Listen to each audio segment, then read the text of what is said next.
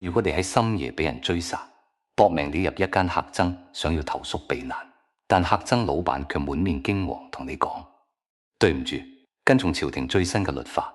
如果我收留一個冇身份憑據嘅人，我全家都會被連坐處死。而最荒謬嘅係呢一條將你推向死路，連你自己都無法脫身嘅冰冷律法，居然係你自己喺幾年前親手訂立出嚟嘅。你一定會覺得呢單事係一場最諷刺嘅荒誕戲碼，但呢個係真實記錄喺史記入面嘅歷史。呢個走投無路嘅人名叫商鞅。今日我哋唔想擠釋歷史課，亦都唔需要死記枯燥乏味嘅朝代年份，我哋淨係由一間客僧大門身上呢個畫面開始，一口氣讀透法家禁忌典籍《商君書》，睇清楚大秦崛起同功臣慘死背後隱藏嘅真實人性同權力博弈。公元前338年嘅秦國寒夜，雷厲風聲，道理如刀，被逼流亡嘅商鞅企喺嗰間細客僧門前，望實緊閉嘅木門，心底湧起嘅寒意，或許比刺骨嘅晚風仲要凍。佢係憑一己之力，將原本瀕臨滅亡、地處西陲嘅弱秦，一手改造成戰無不勝嘅大秦基業嘅傳奇改革家。但喺呢個生死關頭，佢卻被自己親手編訂嘅法律大網死死忍住。呢個就係歷史上聞名嘅作法自裁。喺法家極度冷酷嘅邏輯之中，法律一旦落實拱行，就好似萬物物理定律一樣無情運作，絕唔會因為立法者嘅身份而有半分破例。商鞅用自己嘅末路向後世展示出法治最純粹亦都最恐怖嘅客觀屬性。呢種將人性同規則推到極致嘅冷硬殘酷，並唔係司馬遷撰寫，史記時刻意擴張抹黑。喺史記商君列傳入面，司馬遷對商鞅嘅評價極之複雜，甚至措辭嚴苛。司馬遷寫道：商君其天之刻薄人也，意思就係商鞅呢個人嘅天性本來就極之刻薄冷血，為咗順利推行新法，佢可以完全不顧人情世故，摒棄舊有傳統習俗，甚至採用各式各樣殘酷嘅肉體刑罰，強行管束規訓全國百姓。但與此同時，司馬遷亦都冇辦法否認，正係呢個生性刻薄嘅商鞅，憑住一柄冰冷嘅制度手術刀，徹底剝除秦國落後僵化嘅舊貴族積弊，喺硝煙同鮮血之中重新搭建起秦國嘅立國骨架。想要深入理解《商君書》同商鞅變法誕生嘅時代緣由，我哋必須首先還原戰國初期秦國面臨嘅存亡危局。當年中原大地強為大楚富齊雄霸東方諸國，而秦國地處偏僻西隅，經濟貧困落後，文化發展粗淺，長期被東方六國視為未開化嘅蒙夷之邦，就連各路諸侯聚會結盟嘅盟會都直接拒絕秦國參與。呢段史實就係後世所講嘅諸侯悲秦。等到新繼位嘅秦孝公向天下頒布求賢令，高聲宣告：但凡朝野賓客臣子能夠獻出奇計令秦國強盛者，我便授予高官分封土地。呢個時候懷才不遇嘅商鞅，帶住滿載禁忌鐵血邏輯嘅《商君書》，踏足咸陽城。商鞅呈獻俾秦孝公嘅治國方案，唔係空泛虛幻嘅儒家仁政理念，亦都唔係清靜無為嘅道家治世哲學，而係一套極致務實、效率驚人，但同時又冷血至極嘅國家運行機制——耕戰體系。喺《商君書·農戰篇》入面，商鞅用不足冰冷嘅文字，拆解出亂世之中國家嘅生存底層邏輯。佢認為戰國亂世本就係弱肉強食嘅水林規則，一個國家想要穩定存續，就必須將全國所有資源、全體百姓嘅精力強行鎖定在耕田同打仗兩件大事之上。佢廢除舊貴族世襲特權，明文規定無論出身幾多顯赫尊貴，如果想要獲得爵位同財產田地，淨係得兩條出路。第一就係務農耕種，繳納足夠數量嘅糧食；第二就係奔赴戰場，斬下敵軍首級。呢套耕戰制度潛移默化之間，將整個秦國改造為一台精密運轉嘅戰爭工廠。百姓唔再係擁有獨立生活、獨立思想嘅個體，淪為呢部巨型機器最底層嘅零配件。商鞅甚至喺書中提出爭議滿滿嘅弱民、貧民、疲民、辱民、愚民五大治民策略。佢主張，如果百姓過於富足、通曉書理有學識，就會開始思考自身得失，追尋個人享樂，嚴重嘅時候仲會質疑甚至反抗國家共布嘅政令。唯有令百姓長期處於適度貧困、頭腦單純、終日勞累嘅狀態，令佢哋冇多餘時間同心力胡思亂想，先會喺生存壓力之下，將務農同戰場斬首當成改變命運嘅唯一出路。自此之後，大秦軍隊喺戰場之上練成令東方六國聞風喪膽嘅虎狼之師。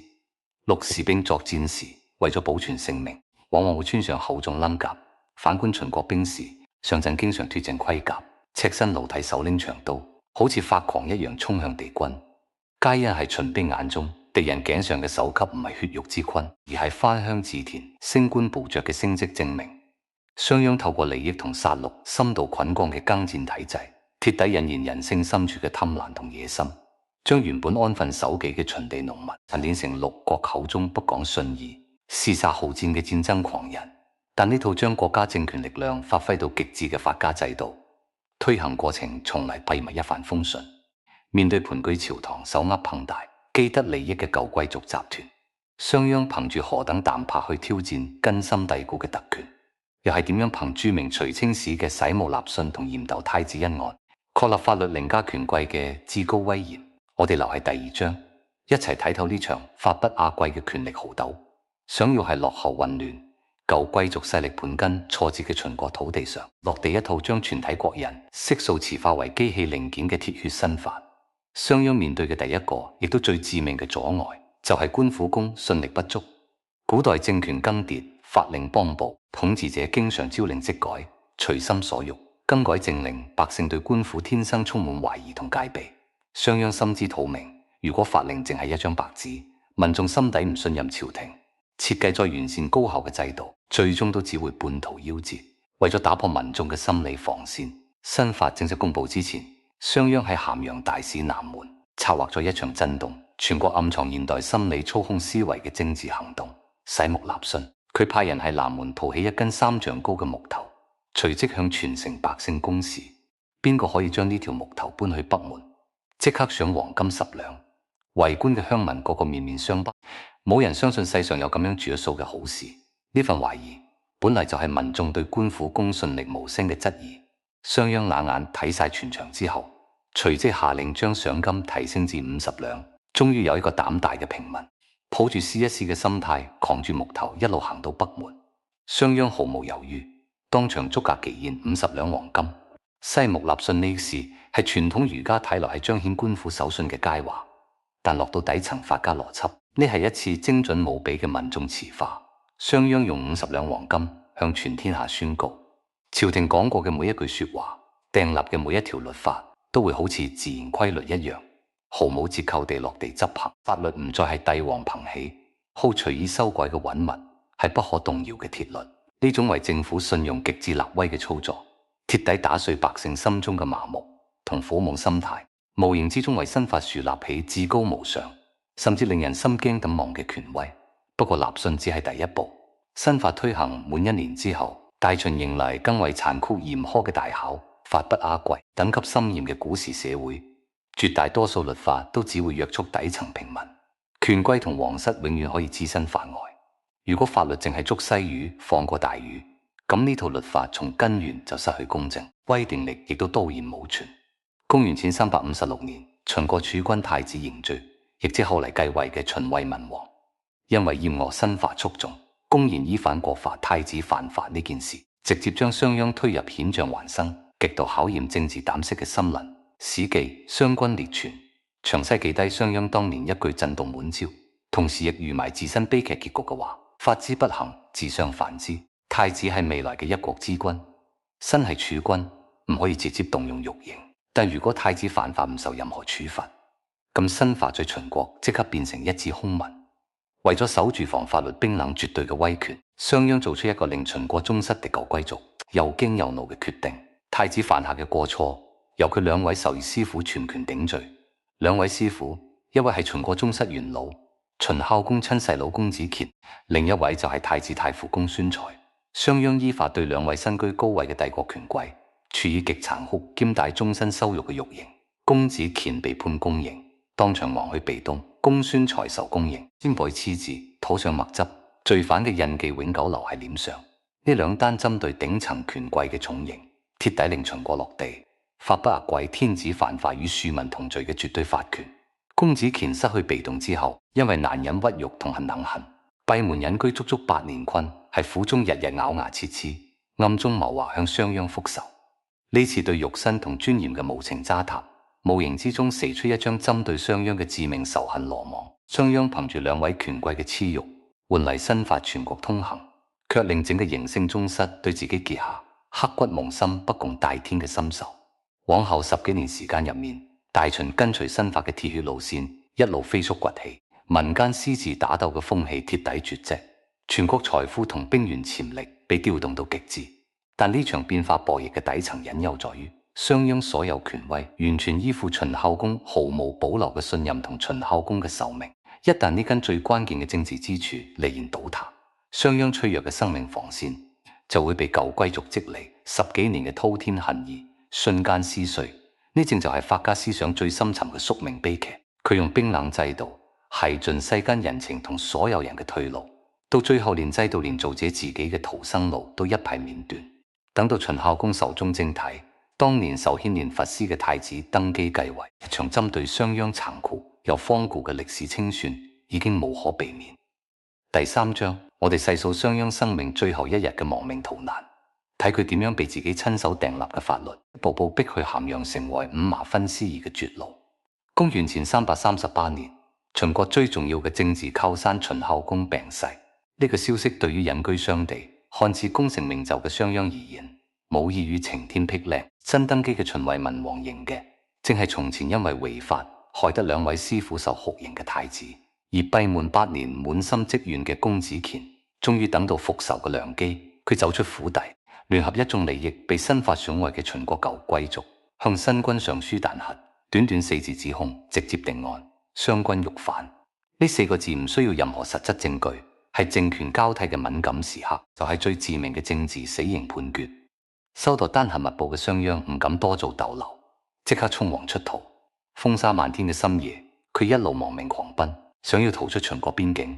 行到秦國關卡嘅時候，天色全黑。佢尋到一間鄉間小客棧，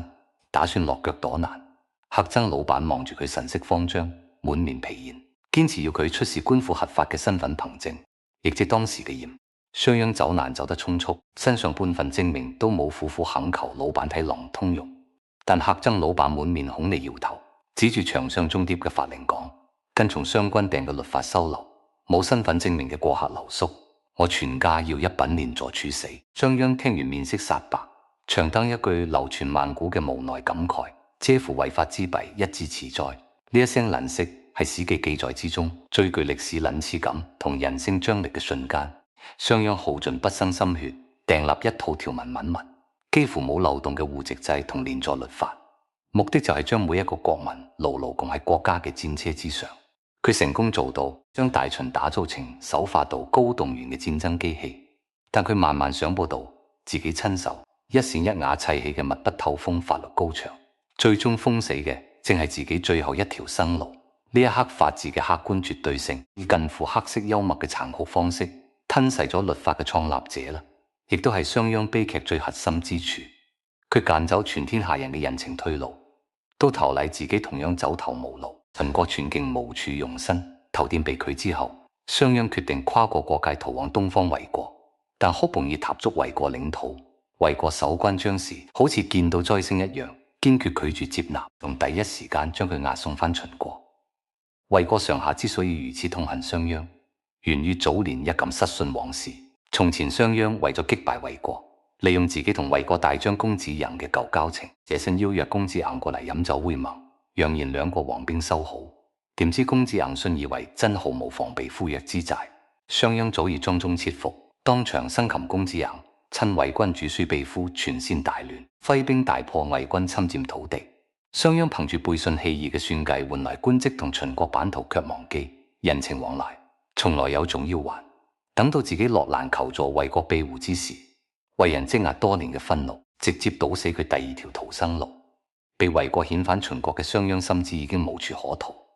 呢個時候，佢做出符合法家強者底色嘅最後反抗，接返自己嘅封地商邑，擾動積位10幾年嘅私家兵馬，同門客家臣舉兵起兵北上，攻打鄭縣。呢場起兵從來唔係坎公皇權嘅叛亂，只係被逼入絕境嘅野獸。面對施暴時嘅絕地反撲，但佢面對嘅正係靠自己親手建立軍工制度訓練出嚟嘅大秦鐵騎，喺龐大嘅國家機器面前，區區少量士兵不堪一擊，瞬間被秦軍全數剿滅。商鞅亦係混戰之中戰死沙場。商鞅死後，遺體被秦軍運返過都咸陽。新繼位嘅秦惠文王一邊要能平宗室舊貴族積位10幾年嘅滔天怨氣，一邊要藉處置商鞅樹立新軍威權，下令對商鞅遺體施用上古極殘酷嘅屈辱重刑車裂。商鞅遺體四肢同頭胸分別供上5匹戰馬，咸陽廣場萬人圍觀。隨着將領一聲令下，戰馬分5個方向狂奔，遺體當場被生生撕裂。公子虔同一眾舊貴族望住刑場血跡，終於吐出積壓多年嘅怨氣，發出復仇嘅笑聲。但歷史第3次充滿荒蕪嘅地方在於，秦惠文王雖然處死商鞅本人，摧滅商鞅全族，卻一字不動全盤，繼承商鞅訂立嘅所有律法。皆因對於統治者而言，呢套可以極大挑動國力、管束百姓聽從指令嘅法家體制，實在太過實用商鞅身死。大秦仍然沿住佢設計嘅法家軌道全速前進，最終一掃六國，一統華夏。大秦喺商鞅離世之後，持續沿用新法擴張國力。公元前221年吞併六國，開創中國歷史上第一個大一統中央王朝。後世史書記載入面，秦軍常年被形容成殘酷廝殺、戰無不勝嘅虎狼之師。東方六國文臣睇住秦軍戰報上面斬首萬計嘅血腥記錄，冇不驚同心寒。但呢支百戰百勝嘅鐵甲雄獅背後，係商鞅憑商軍書用制度極度壓榨人性換翻嚟嘅沉重代價。司馬遷係《史記·商軍列傳》，用一句客觀又冷硬嘅說話，總結變法之後秦國百姓嘅生存狀態：民勇於攻戰，怯於私鬥。短短一句道盡法家辭化人性嘅最高境界。商鞅新法規管之下，秦地百姓失去自主意志同私自動武嘅權利，私下相處，膽小懦弱，畏盡律法。就算鄰舍發生細小爭執都唔敢動手，呢就係怯於私鬥。一旦被徵召上前線作戰，聽到軍中戰鼓響起，即刻抱開顧忌，捨甲充王，變成瘋狂殺敵嘅戰士，呢就係勇於攻戰。呢種人格極端割裂，正係商鞅《商軍書》入面讓民五察慘重壓制人性帶來嘅必然結果。《商軍書·讓民篇》入面，商鞅寫低一句歷代帝王暗暗奉行，普通人睇完背脊發涼嘅治國秘訣：民弱國強，國強民弱，故有道之國無制讓民。商鞅主張民眾同國家嘅力量永遠處於此消彼長嘅博弈關係。如果百姓富足安康、悉數明理，民力強盛就會難以管控。唯有令百姓長期貧困、頭腦簡單、終日疲於奔命，國家先可以隨心所欲調用民力，牢牢掌握絕對統治權。為咗落地讓民呢個核心治國目標，商鞅喺書中細化出5套系統化嘅社會管控策略：弱民、貧民、疲民、辱民、愚民。第一係弱民，透過嚴格戶籍登記同15年助律法，將百姓按戶編組，互相監視舉報，從根源杜絕民眾結社聚眾、私下串聯反抗嘅可能性。第二係貧民，朝廷透過高壓賦稅，將百姓嘅儲蓄壓縮到僅夠維持溫飽嘅邊線。商鞅係去狂寫明民貧則力，百姓一旦長期貧窮，冇多餘積蓄，為咗活命，自然會搏命務農剿糧，上戰場斬首換爵位。第三係疲民，朝廷常年冇休止徵調徭役，組織大規模軍荒同大型工程，日耗盡百姓體力同閒暇時間。一個人每日被繁重勞動榨乾所有精力，自然冇多餘心力讀書思考，質疑國家政令。第四係辱民，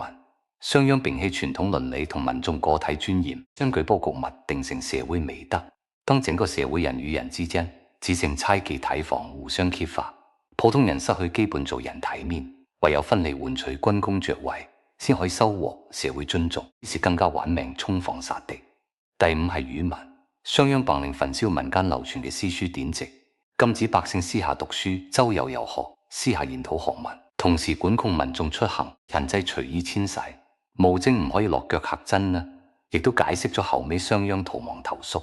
因為缺少官法憑據被拒絕留宿嘅緣由。商鞅憑住5項治民之說，成功將秦國百姓嘅思想同肉體改造成淨式耕田同殺地嘅無情工具。呢套體制戰時爆發力極強，卻為大秦日後滅亡埋下無可挽回嘅制度隱患。從本質嚟講，耕戰體制只係一套專屬戰亂年代嘅戰時動員體，係整套制度嘅運轉，必須依賴不停向外擴張領土、掠奪資源、發放軍功獎勵維持平衡。等到公元前221年，大秦蘇平六國天下一統之後，像年對外征伐嘅出口突然消失，呢套被制度養大、瘋狂追逐土地同財富嘅光芒怪獸，將高壓統治嘅所有成本全數轉嫁過黎百姓身上。秦朝建國之後，秦始皇繼續全盤沿用商鞅留下嘅法家高壓治國模式，唔給歷經百年戰亂、身心俱疲嘅百姓半分休養生息嘅機會，反而變本加厲啟展大型工程，修築萬里長城、開養靈渠、興建嘅皇宮同舟山始皇陵，層層疊疊嘅徭役壓垮民眾，百姓失去咗上戰場斬首換田保障嘅出路，面對嘅卻係比戰亂時期更加嚴苛嘅秦法。呢份沉重壓迫直接令鼎盛寶峰嘅大秦迅速走向崩塌。公元前209年，連場暴雨連爆，陳勝同吳廣帶領900名下鄉蘇邊嘅驛卒，行至半路被大水阻斷去路。按照當時秦朝律法明文規定，失其法皆斬，不論天災阻路，抑或人為遲到，耽誤蘇邊期限，全隊一律處斬。呢就係法家條文僵化最致命嘅缺點。冰冷條文抹殺所有人情同緩衝彈性，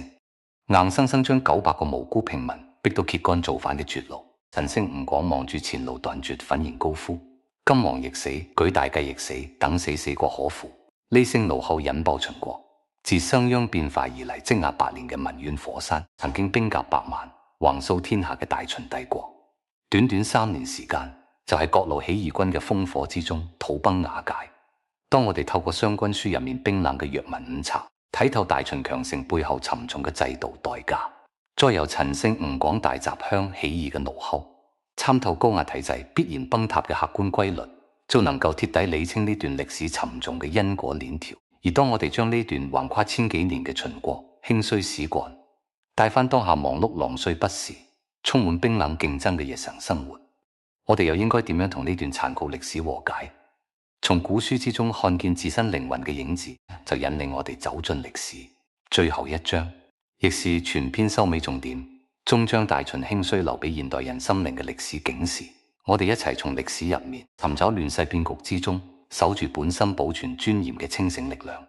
當歲月洪流沖刷晒所有稿裝嘅道德粉飾，我哋睇透咸陽刑場、商鞅車裂嘅慘狀，關口客爭門前商鞅無處投宿嘅荒蕪，仲有大秦因為一場農民起義快速傾覆嘅前因後果。商君書呢部大秦治世典籍留低嘅真實厚重啟示，先真正浮現眼前。呢部洋洋20餘篇、字字浸染血跡嘅精緻巨著，從來唔係簡單嘅速成狂國秘笈，亦唔係歌係大秦功績嘅誇張史詩。恰恰相反，佢係一面冷冽通透嘅歷史明鏡，照出華夏古時頂尖水準嘅制度架構設計，亦照出極致效率同體制高壓之下，人類靈魂同個體尊嚴之間悲壯無奈嘅拉扯博弈。尋常歷史蒙氏入面，大秦往往被塑造成威震八方、所向披靡嘅戰神國度。我哋望住兵馬俑整齊肅穆嘅巨型兵陣，萬里長城盤旋群山嘅宏偉身姿，好容易被呢種極致濃縮嘅國家力量震撼心神。但《資治通鑑》同《商君書》嘅客觀記載話俾我哋，呢份表面嘅盛世強盛，背後係一場對底層人性毫無底線嘅極限榨取。無論係社會組織、企業團體，抑或單獨個人，一旦將效率奉為唯一準則，將人情溫度同個體天性當成阻礙發展嘅累貨，就算短期收過爆發式嘅飛速成長，實際上已經踏上一條冇可回頭嘅自我毀滅之路。以正就係法家思想永遠擺脫唔到嘅內在悖論。商鞅搭建嘅耕戰體係從戰術層面嚟講毫無疑問極之成功，憑住利益感定殺戮嘅邏輯，短短20年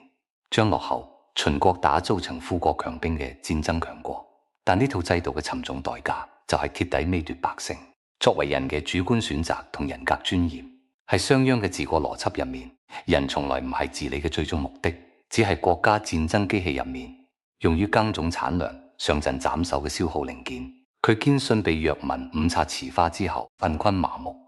睇唔透世事嘅民眾最易統治、最為穩定安全。但佢遺留咗一條骸骨不變嘅歷史鐵律，長期被制度糟蹋尊嚴、追奪財富同自主權嘅底層民眾，危難關頭永遠唔會對壓迫自己嘅體制抱有半分忠誠。戰亂年代，百姓仲可以靠戰場首級換取田地官利，搏一個翻身機會。等到天下太平，征伐終止，呢台高壓動員機器失去外部掠奪嘅緩衝，所有壓力全數內化轉嫁平民，長年積壓嘅沉默就會變成隨時引爆王朝嘅定時炸彈啦。亦都係秦朝速亡嘅底層宿命。陳勝吳廣面對失旗當斬，毫無轉忠餘地嘅硬性秦法，一句大扎鄉起義嘅怒吼，點燃秦國積累百年嘅民怨怒火。商鞅訂立嘅嚴苛律法，硬生生將900個普通人逼進進退皆死嘅死局。逃跑係死，起兵造反亦係死，索性奮起一搏。呢一刻曾經撐起大秦盛世嘅法治條文，用最諷刺嘅方式親手埋葬咗自己鄧祖嘅唐大帝。過一條永恆嘅歷史規律就此印證：任何唔留生存餘地、毫無人情彈性嘅高壓體制，往往會因為一次細微突發意外，迎嚟急速且慘烈嘅全線崩塌。商鞅個人作法自噬咸陽車裂嘅悲劇，本質上就係整個大秦帝國命運嘅縮影。商鞅耗盡一生心血，牽涉一張密不透風、毫無人情味嘅法網籠罩全秦，成功用制度捆禁萬民。等到自己落難之際，呢張親手而作嘅法網變成掩飾自己嘅索命枷鎖，黑僧被拒留宿，從來唔係偶然巧合，係法家治國邏輯必然帶來嘅反噬。歷史透過呢場荒誕嘅自作自受，向歷代迷信絕對權力、執迷高壓管控之人敲響最沉重嘅警鐘，用冰冷規則斷絕所有人嘅人情終究，都會斷絕自身所有退路。呢部距今超過1700年嘅治國典籍《商君書》，放到現今浮躁奔波不實時，充斥功利冰冷嘅日常生活，對於普通老百姓嘅內心修行，究竟有什麼現實意義？我哋又該扭住呢份歷史帶來嘅警醒同思考，好好過好眼前每一天。答案在於時刻警醒自己，防範現實之中無形將人工具化、零件化嘅角色環境。我哋現代雖然唔再有秦代肉刑同株連連坐律法，但日常身處嘅職場環境、社會競爭體系，暗地裏運行住變種版嘅藥物誤冊，滿天鋪地嘅生存焦慮，永無止境嘅 KPI 競賽，蔓延成我哋私人閒暇。呢就係疲民層出不窮嘅物質誘惑，不停吵醒嘅考核標準，無限放大狂妄同攀比。呢就係貧民各式各樣嘅標林定義，潛在職場規條，無形磨損個人自信心同尊嚴。呢就係辱民稍唔留神，我哋就會被環境裹過，活成終日焦慮，只識追逐數據指標嘅現代大秦工具人。歷史積澗嘅智慧提醒我哋，唔好任由外在規則同體制吞沒自己內心嘅天性同本心，要學識為自己忙碌嘅生活主動按下暫停鍵，堅持做一啲世俗價值觀入面毫無實用回報卻能滋潤心靈嘅陋事。安靜睇人書，陪伴身邊親人，走入山野，感受自然清風同陽光。你可以好似商鞅一樣，深耕自身領域，打磨專業實力，喺行業競爭之中建立自身優勢。但內心深處一定要好似古代秉筆寫史嘅史官一樣，守住對生命尊嚴同人情暖意嘅執念。當你守住呢份清醒，唔將靈魂全數出賣俾功利競爭嘅冰冷規則，先可以實現精神層面嘅自我突圍，掌握屬於自己嘅人生主動權。獨市真正嘅價值，從來唔係崇拜殘酷嗜血嘅戰爭霸業，而係睇盡歷史興衰殘酷本質之後，仍然挺直腰骨，減少內耗，放下偏執，用體面從容嘅姿態守護心底嘅善良同情切，看透世間利益規則同人心博弈，先可以喺命運起伏之中不盲從不妥協，踏實過好每日平凡三餐。今日嘅歷史分享到此完結，多謝各位收聽枕邊閱讀，陪伴我哋走完呢段厚重深刻嘅制度思索之旅。如果呢段商鞅同商君書嘅故事幫你想通困擾已久嘅人生疑惑，又或者從大秦興衰史之中收穫警醒同前行力量，歡迎喺評論區留低你嘅感悟同個人經歷。如果呢個節目曾經陪你度過不少閒暇時光，記得點讚訂閱並分享俾身邊親朋好友。此刻無論你忙緊何事，不妨放低所有雜念同負擔，放鬆身心。祝願往後日子人人生安踏實，頭腦清醒自在。我哋下期再見。